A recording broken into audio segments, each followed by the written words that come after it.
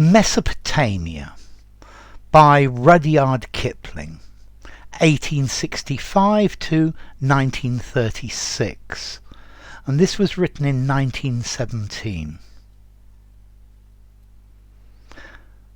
They shall not return to us, the resolute, the young, the eager and whole-hearted whom we gave, but the men who left them thriftily to die in their own dung, shall they come with years and honour to the grave?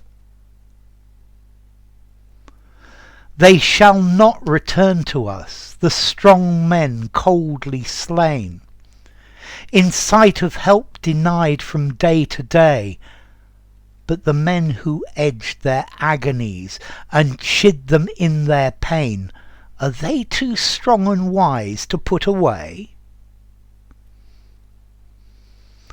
Our dead shall not return to us while day and night divide, never while the bars of sunset hold.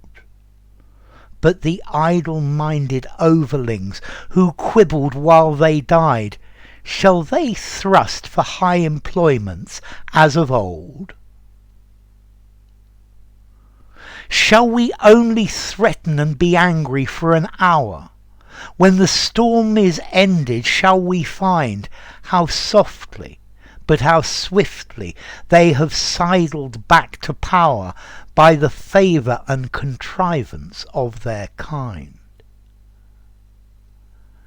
Even while they soothe us, while they promise large amends, even while they make a show of fear, do they call upon their debtors and take counsel with their friends to conform and re-establish each career?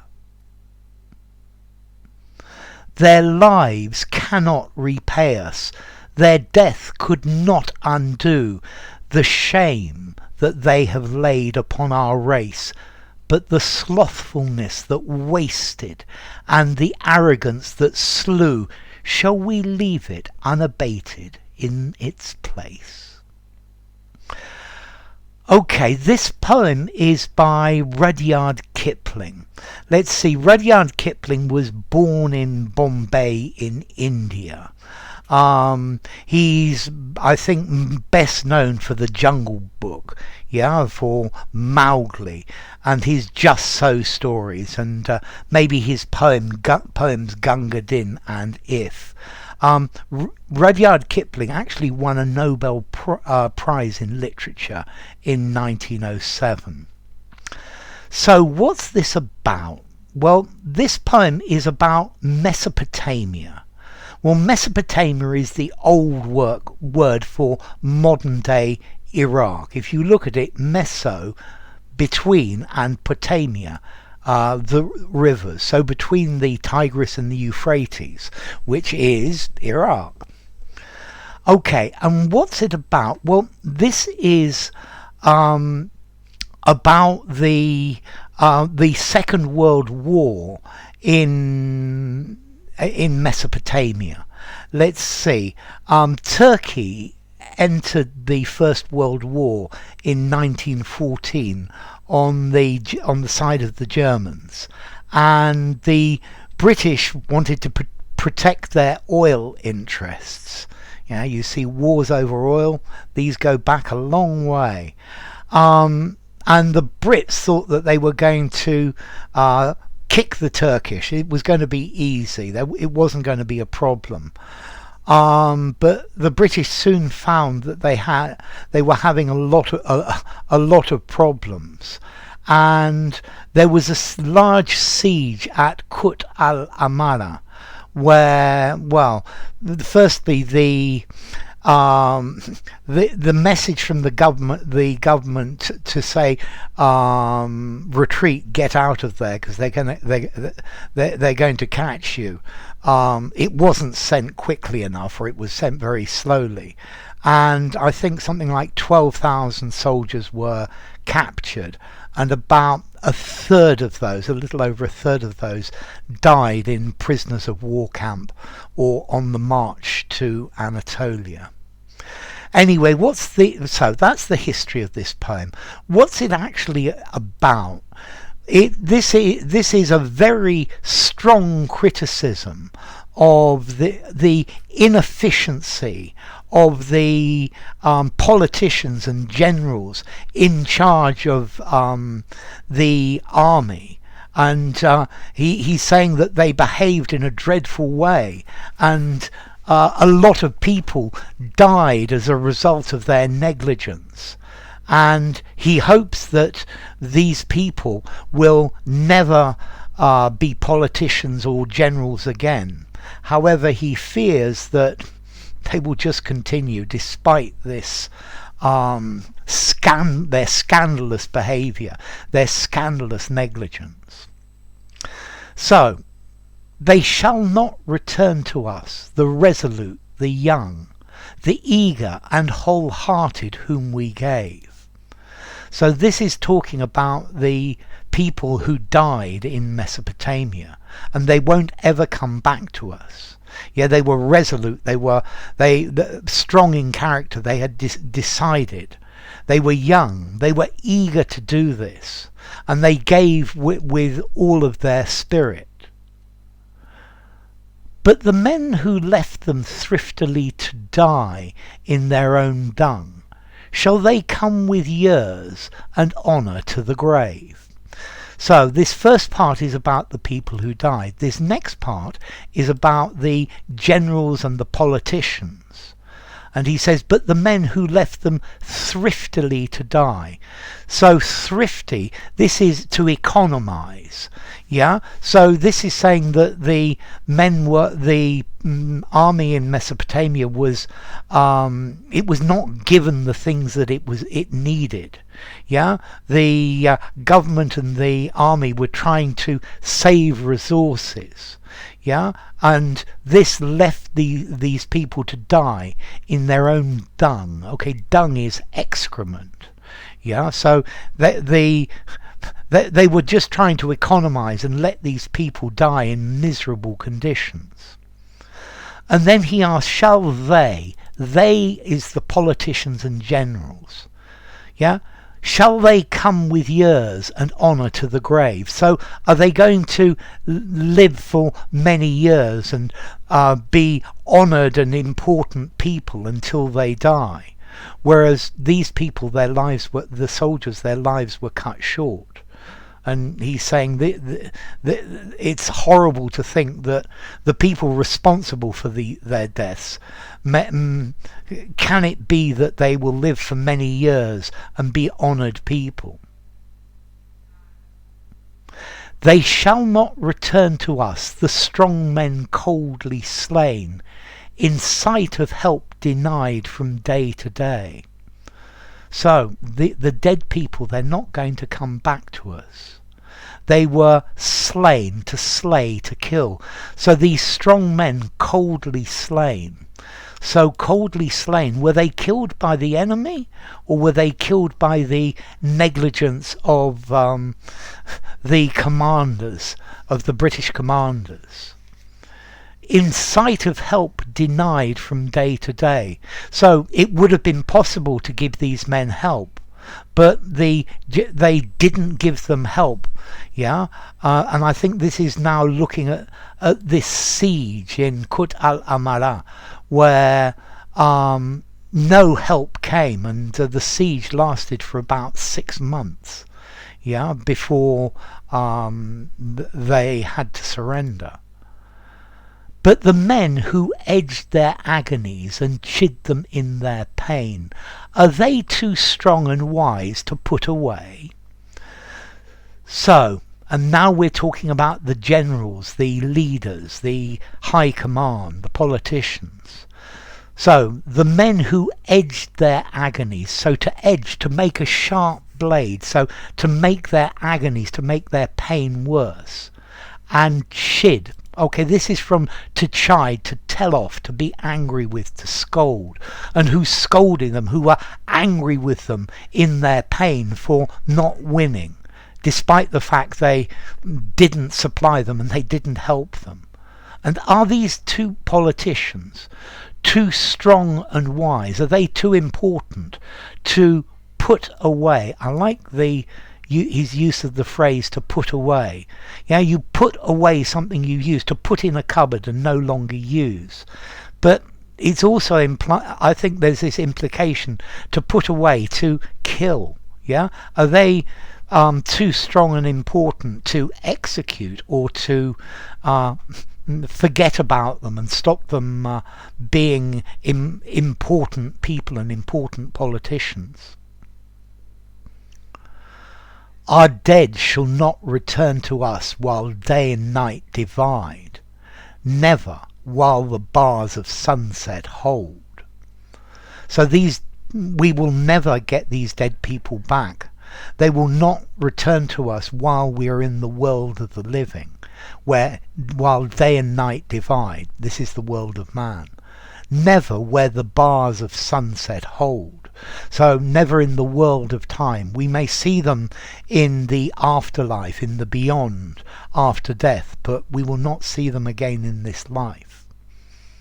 And then again, the overlings, the bosses, the high command.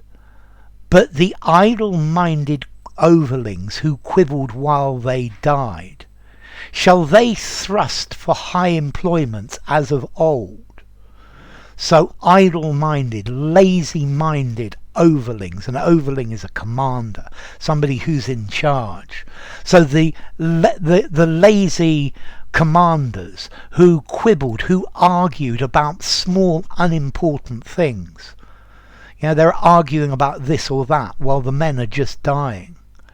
Are these irresponsible people, are they going to push for high employments as of old?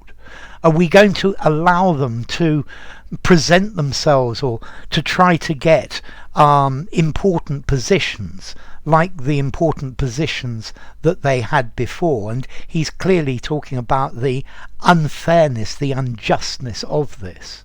And he's saying we should not do this. Yeah, we should get rid of them. They need to, at least in some way, to pay for their idleness, for their negligence. Shall we only threaten and be angry for an hour? When the storm is ended, shall we find how softly but how swiftly they have sidled back to power? So, shall we only threaten and be angry for an hour? So are we only going to threaten them with dismissal? Are we only going to criticize them and be angry with them for a short time and then just forget about it? Yeah, just something that goes into the past. And sadly, this is what normally happens. When the storm is ended, shall we find how softly but how swiftly they have sidled back to power? So when the storm is ended, when the war has ended, when people have stopped complaining, are we going to discover that these people, these same generals, these same politicians, have slowly and quickly sidled back to power? So to sidle is to move unobserved, is to move so nobody notices. And suddenly, without noticing, they're back in power, they're back in their old jobs, they're important again. And they get back into power by the favour and contrivance of their kind. So they get back into power because they have the favour of other rich and important people. Yeah, and they find the way, their friends find the way to get them back into important positions and of their kind. So I think he's saying all of these people in power, they're like a group, like a gang, and they look after each other. And this is so very true in politics today. It's the same thing. Yeah, somebody does something that's absolutely terrible and they still continue to be important. Even while they soothe us, while they promise large amends. So even while they're calming us, it's okay. And and they promise large amends, so they will do something to make amends, to make up for this. So they try to calm our anger, to calm us down, and they promise to do something to make this better. I don't think you can make somebody's death better in any way. Somebody's died, they've gone. Yeah, so they promise to make amends, they promise to do better. And even while they make a show of fear, so they pretend to be afraid that they're going to lose their jobs. And even while this is happening, and here we have an inversion, do they call? They are calling upon their debtors. So here, well, a debtor is somebody who owes you money. But here, these are political debts. Yeah, these are people who owe them favours from the past. So they call in all of their debts. They ask the people who owe them favours to put them back in power and take counsel with their friends. And they talk to their friends, yeah, to conform and re-establish each career. So they're calling in everybody who owes them anything, and they're talking to their friends to get their illustrious career back on track and to get back into places of importance. Their lives cannot repay us. Their death could not undo the shame that they have laid upon our race. So, their lives cannot repay us. I quite like this because you can interpret this in various different ways. You could say that they live a good life and they do good things in the future. That cannot compensate for their irresponsibility and the deaths of these people who have died. But you could also interpret it is, if we execute them, it will still not bring back the other people that are dead. Their death could not undo. So yeah, here their physical death would not get rid of the shame that they have laid upon our race. So the thing that they did, this negligence, was shameful. It was embarrassing. It was embarrassing to be British. Yeah, this is not acting like a gentleman. And this is something that is shameful for the whole of Britain. But the slothfulness that wasted and the arrogance that slew. So slothfulness is being lazy. So the laziness that wasted lives, and the arrogance, I know better than everyone else, that killed people. Shall we leave it unabated in its place? So are we going to leave them in power? Are we going to leave these people in place without doing anything about it? Yeah, to abate, to stop. So he's saying that these people are going to carry on being lazy, and they're going to carry on being arrogant, and they're going to carry on doing exactly what they've done before. And based on that, are we really going to leave them in power? And the problem is probably yes, because this is what tends to happen. So enough. If you enjoyed the video, give it a rating, subscribe to my channel, and I will see you soon. Bye for now. Mesopotamia by Rudyard Kipling.